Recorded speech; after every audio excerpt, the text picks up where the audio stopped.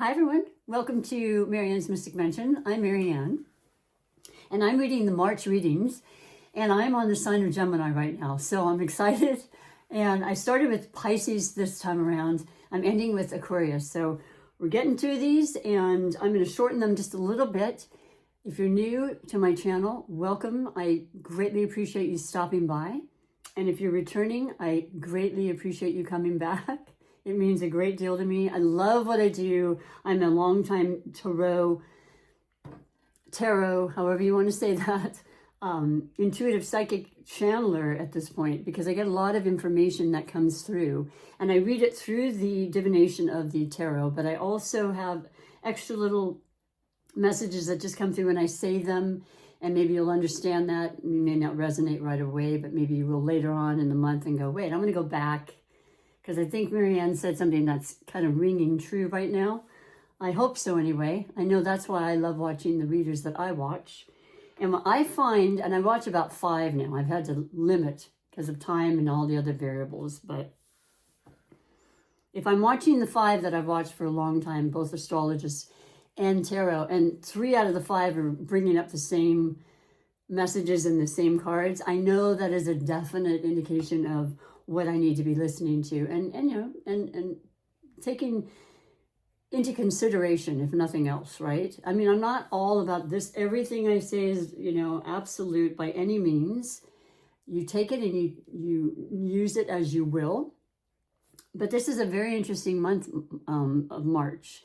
And you are an air sign, Gemini. And so, you are so... I thought about you. I did the little conversation I tend to have with every one of my signs before I start the reading.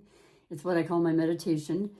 And this is the color that came out. It's the bright, shocking pink, okay? It has to do with heart, but you're also fun and vivacious. You always have been.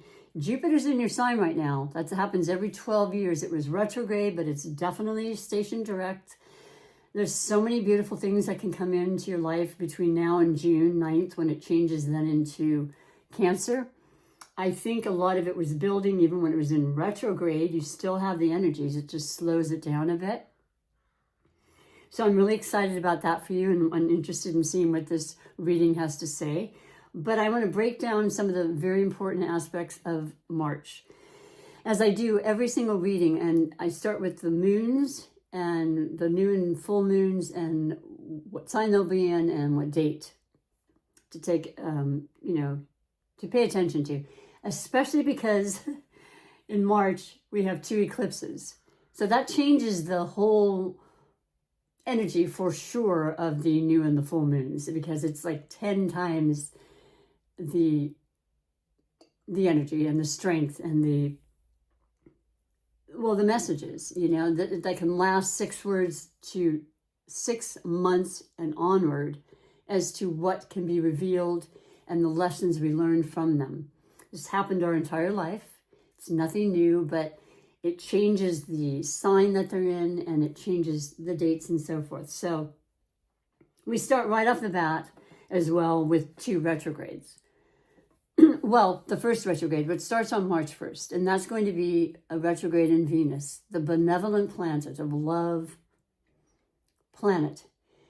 The next retrograde is going to be in Mercury, and I'm already stumbling over my words. It's so conducive for that. Please, I stumble over them anyway, but it becomes more apparent. So please bear with me.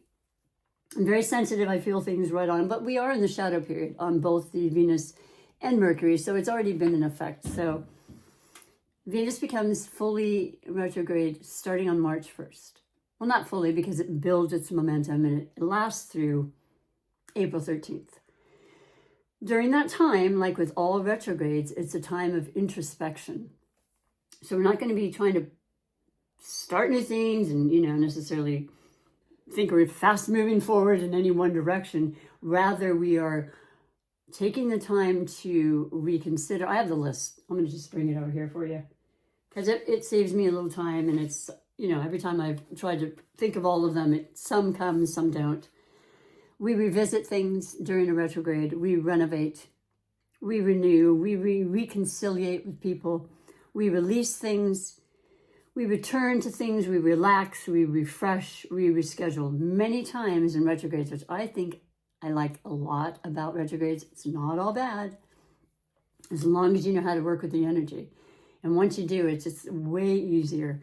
But the return to people and circumstances, like, Venus retrograde, which is the planet of love and beauty and magic and, and relationships and money and all the wonderful things that we love in life, right?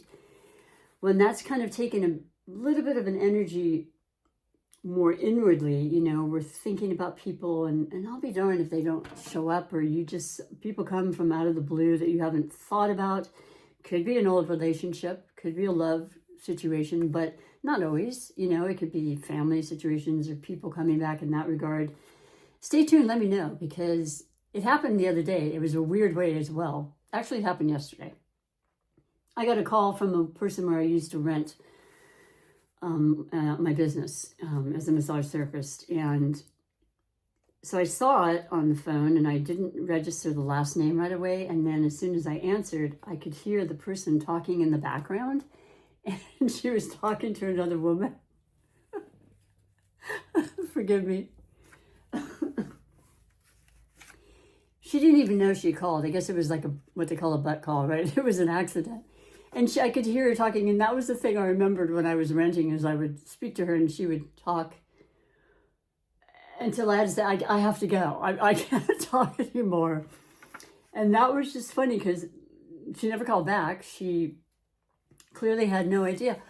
But I have not seen her or actually spoken to her for a couple of years. So that's an example. And I'll bring those in every so often if that's okay, just as to kind of give you an idea. But otherwise, it's fairly self-explanatory.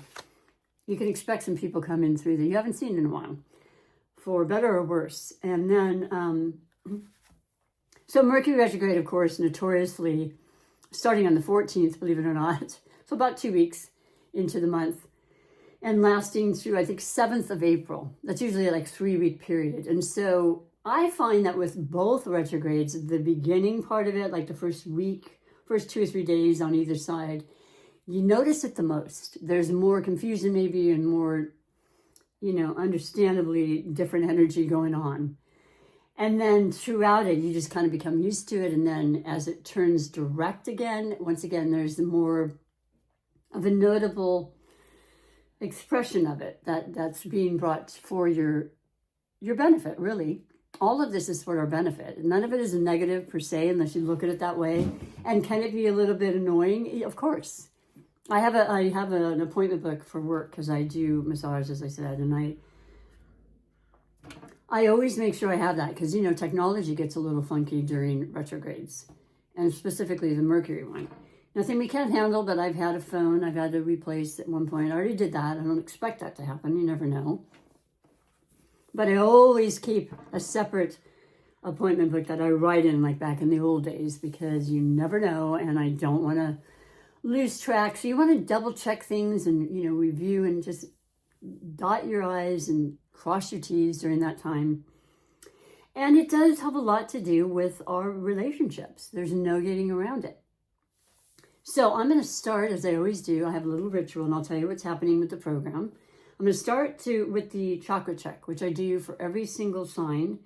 And before every reading, this is Spirit wanting you to know the specific chakra that is of importance for the month of March. They are the energy centers that reside in our body, and they give us our whole, energy and stamina and all the different things that we need to progress and to evolve and to feel whole and complete. And when they're blocked or they're a little stifled, sometimes we're like, okay, I need to focus on that specific area, whatever it is. It's from the base all the way to the crown and upward. There are 8 chakras that I specifically read about. And so this is like a mantra that you can use, and it doesn't mean anything has to be wrong with them. Maybe it's going to be the best it's been in a long time during the month of March. I can't say, but let's focus right now and let you see which one Spirit's bringing up to your attention for the month of March.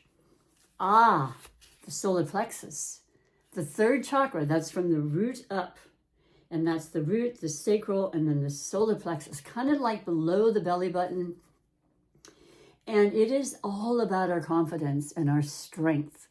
And maybe for some reason, if you felt less than that, look out, because I can tell you, regardless of the retrograde, we are entering into a very, very, very important time in this year where some of the more important planets that have been in specific signs are changing signs.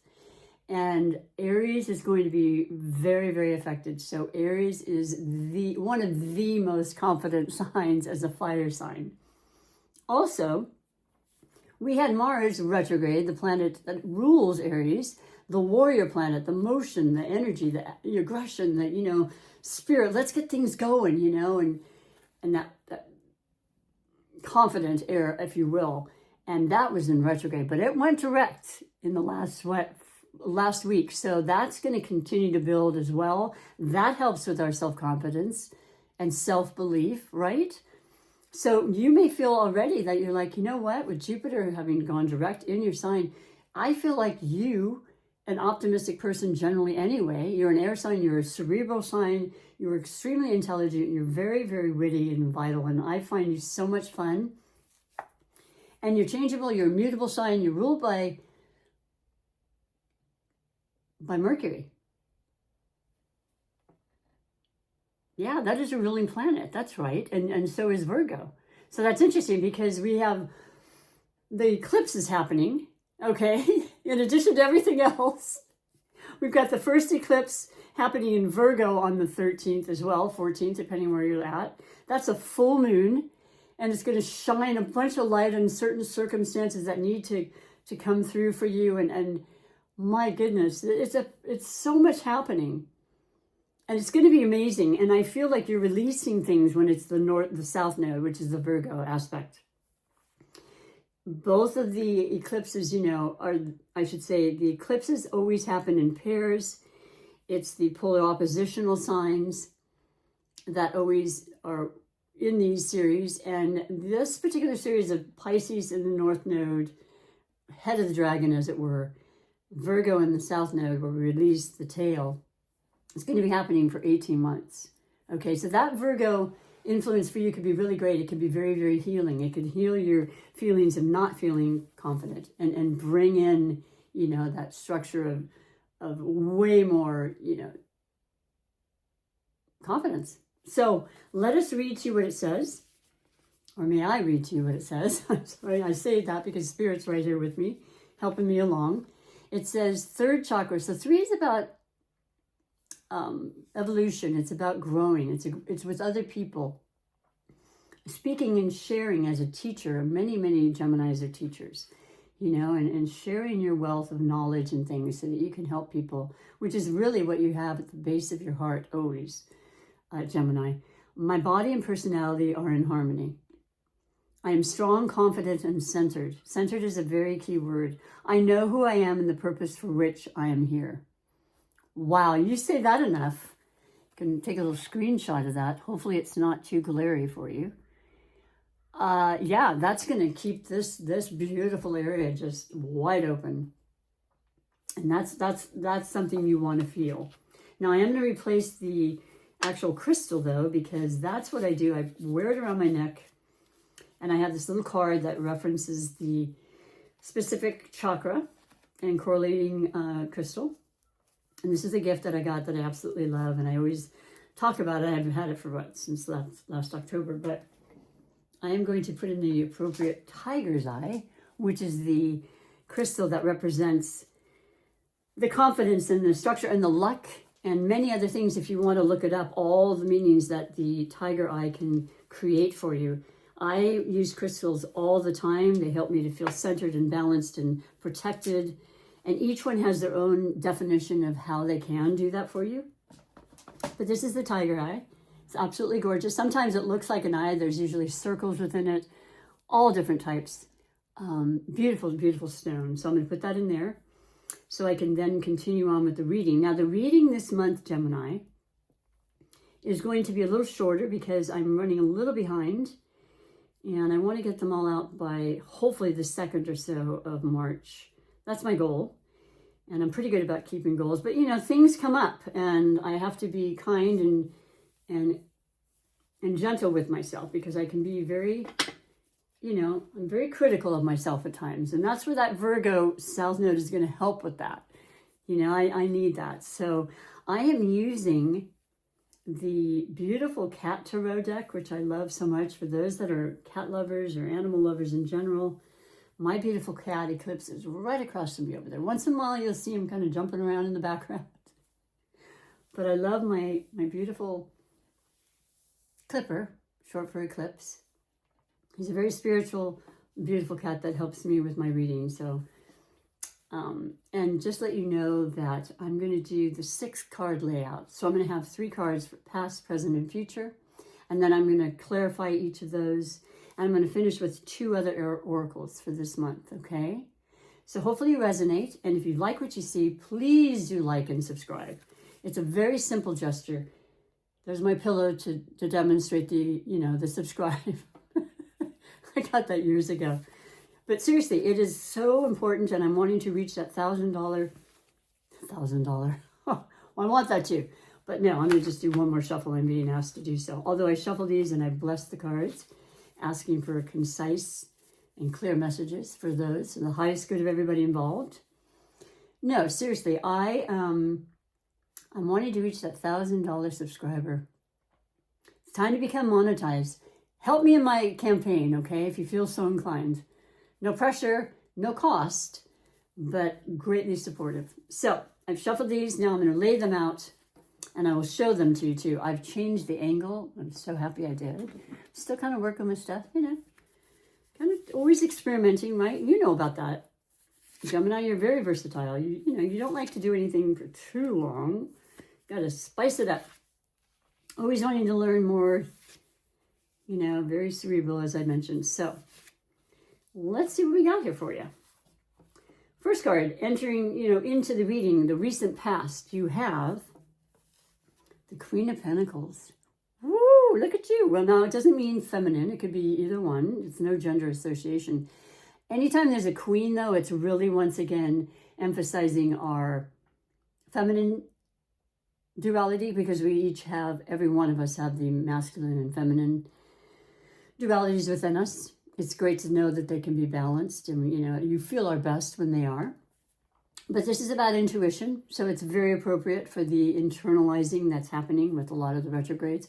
We'll be thinking a lot, right? I'm a fellow air sign, so I think, but what I would like to suggest, if I may, during this Venus and Mercury retrograde and, you know, important time, that we're in Pisces season now. There's many planets in Pisces that are very much about spirituality, very much about going within and imagining and being creative and just loving, opening our hearts and feeling that vulnerability, and, you know, and allowing ourselves to release the parts of us that don't want to love for some reason, you know, especially self-love. Super important is coming through.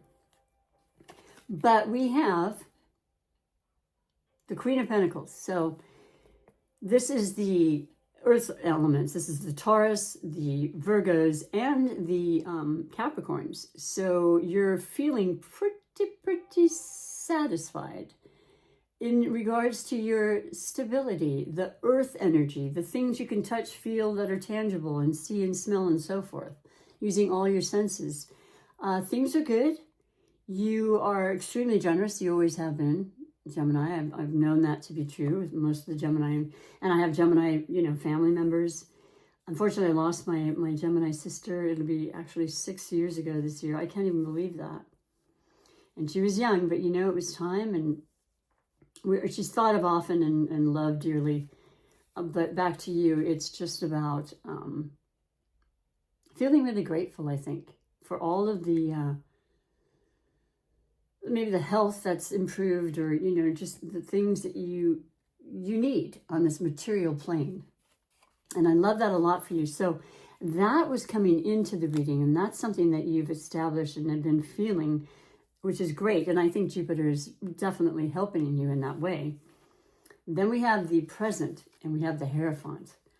Ooh, Oh, well, look at the two birds up there. And I'll tell you why. The Hierophant is a major arcana. This is about relationships. And it's very much about relationships of all kinds, as I said, with the Venus retrograde. There's going to be a lot of conversations. There's going to be a lot of thoughts and things that are going to help you work through and sort through. If you need to separate and leave a situation for good, that's absolutely important too. You know, being stuck in a way that you don't want to be is never good for your soul and your evolution, okay? And I don't think it's necessarily going to be the predominant energy, but of course there's a certain amount in a general reading where that could happen, and you're already aware of it. It's nothing new. It's something you maybe put off too long, and you're just like, that's it. You don't necessarily want to have that happen maybe during or maybe you do, or maybe it's already happened, and you're just like, I'm feeling you, Marianne. But the Hierophant is the representation of Taurus, and Taurus is a Venus ruled sign, as is Libra. So maybe you're with a Taurus, you're with an earth sign, you know, you definitely are going over some important things. You may take your relationship to the next level. This is like a religious rite, if you will. It's usually like a priest or something. You see people there that are witnessing the commitment that you're going to make. There's the lovebirds, if you ask me, on top. The partnering of something. Yeah. Just the wisdom. You're being given wisdom. Now with Piscean energy, trust me when I tell you, your intuition is going to be heightened for a long time. So just listen, tune in, and listen to the wisdom of yourself, of your higher power, of others that you trust, you know, maybe a spiritual guide, listening to a tarot reading like this. This is good. This is really good for you. Okay, so I like both of these so far. And then we have the future. And you have the Eight of Cups. Whoa. Well, it's kind of a beautiful, you know, I love this deck. It's very, you know, well illustrated. It's different than definitely different than the Rider-Waite that I always like to refer to as far as the illustration. But bottom line is 8 is a number of power and abundance in numerology. Okay, it's the most powerful and prosperous, abundant number. 8 of Cups is about our emotions. The cups represent the Pisceans, the Scorpios, and the Cancers.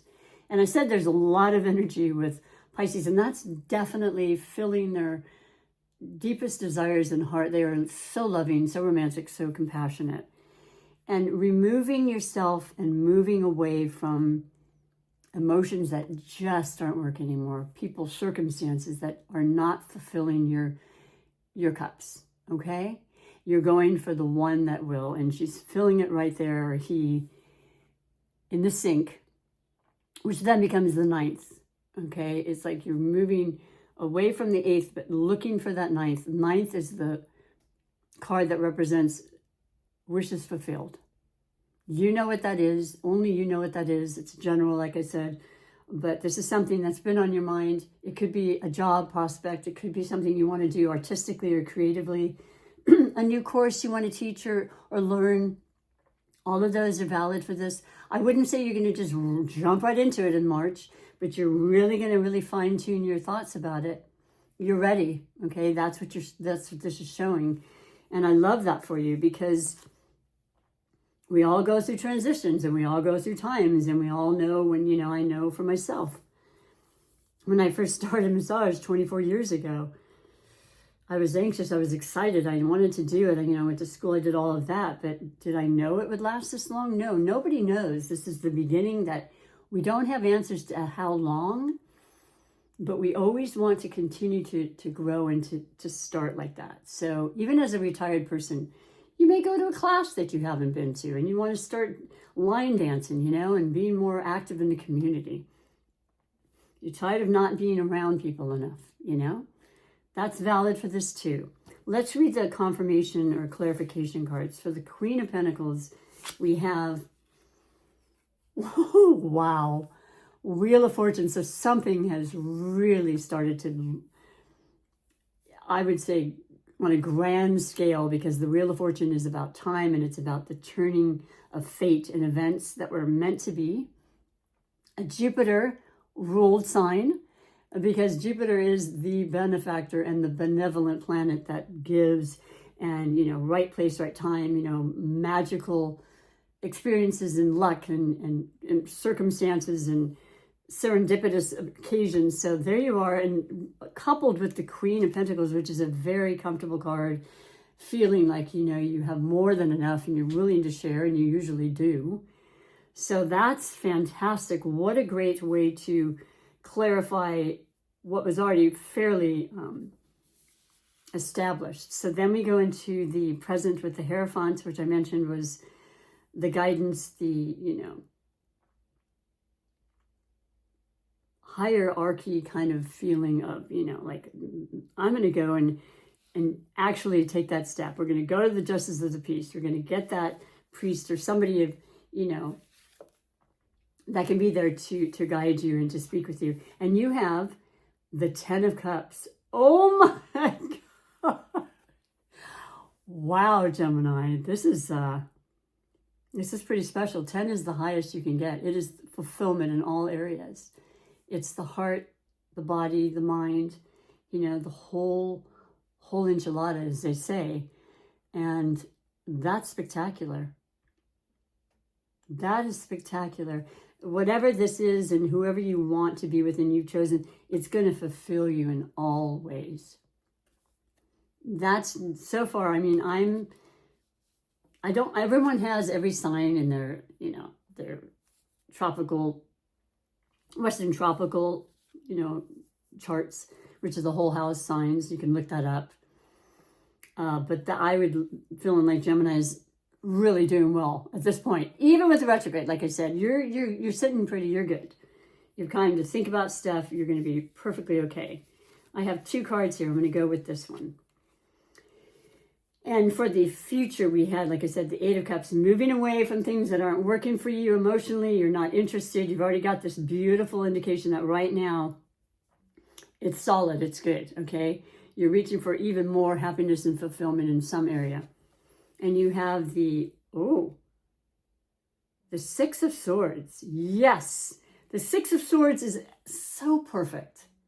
You're not only moving away from emotional, you know, discord of people or circumstances that have not fulfilled you, and you've known that on your quest for the 9th, which is fulfilled. But 6 of Swords is the air element, which you are, and it's usually about, it shows in the depiction of Rider-Waite Smith of a person with a child, not always, and they're in a boat, and there's I would say a guide of some sort, maybe your higher power, maybe an actual person, a good friend, whatever, you know, riding and steering the boat. And there's water that's rough at the beginning, but you're heading towards smoother water.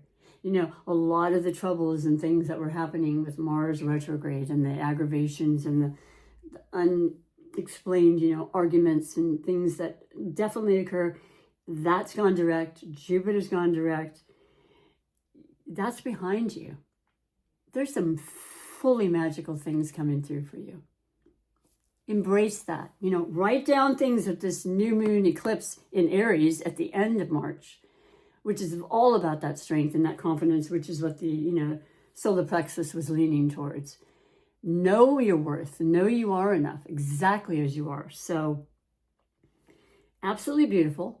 I hope you can relate to that now in some ways, and if not, just give it time, okay? Not every reading is going to just instantly be like, oh yeah, that's for me. But components of it are, and you have to kind of sit with that throughout the month. Now I'm going to finish with a couple of oracle messages, like I said. This is going to be the wisdom of the oracle.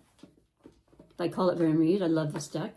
We're going to just pull out 3, just bam, bam, bam, just words and other, you know, divinity or, yeah, divine intervention expressions to share with you for the month of March. And so let's see what we have. We have why, the question why. Well, that's you all over. I mean, you're such an intellect. You're just like, how did the world begin, you know? And then looking into it and studying it and knowing and memorizing and just this wealth of knowledge, you know? And then we have, and those answers will come, I promise. Exchanging gifts. Okay, that was pretty prevalent here as far as the abundance on a material and spiritual level. And maybe you know what that's about. Maybe you're having a special occasion with a gift or, a party of some sort. Gemini season is in May, so it's a little ways away, but it's coming. I'm sure you have a lot of friends in every single sign. So yeah, exchanging gifts, giving and receiving. That's very important in life. And then we have TikTok.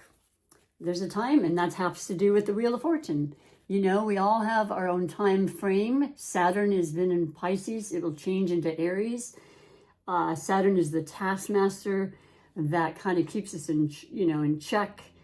And it reminds us of time and, how fast it goes. So you might be conscientious of that. And there's a time frame that you've had in mind for this month of March and onwards. So stay true to your time frame, but do be open to the fact that there will be delays, as we spoke about right at the beginning.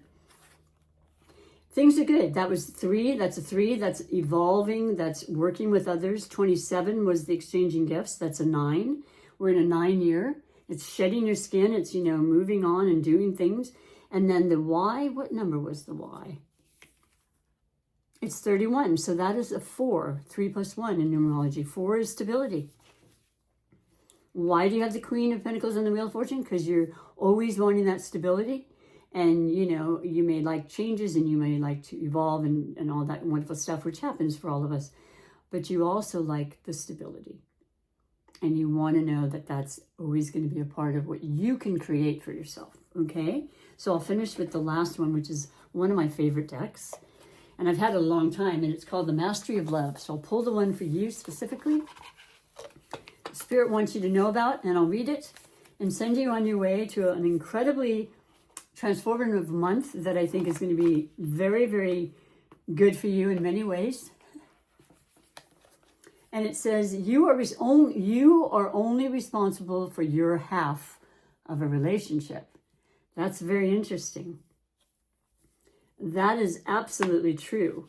And so never take on more than you think you need to or feel like it's all on you. It just simply is not. But interesting, because the other had more to say. Am I picking up 2 here? Is that what's happening right now? Because it's happened before. No, I did. Okay. I was like, why am I not seeing more writing? Let me read to you what it says. There are 2 halves in every relationship, but you are only responsible for your half of the relationship. It is not up to you to control the other half. Respect the other half, and there is always going to be peace in that relationship. That has a lot to do with the evolution of this Mercury or Venus retrograde and in deciding and talking and working through stuff. You both have an active part in it. That's so perfect. I appreciate you being here so much. I hope you like this reading, and I hope you have an amazing month, because it looks phenomenal to me. And a lot of what happens next month is going to be, it's just going to continue on, okay? Anything that starts in a Jupiter year, like it is for you, can happen for the next 12 years till it comes back. So I'm fully excited for you. Thank you so much for your time. Hope to see you next month. Take good care. Bye for now.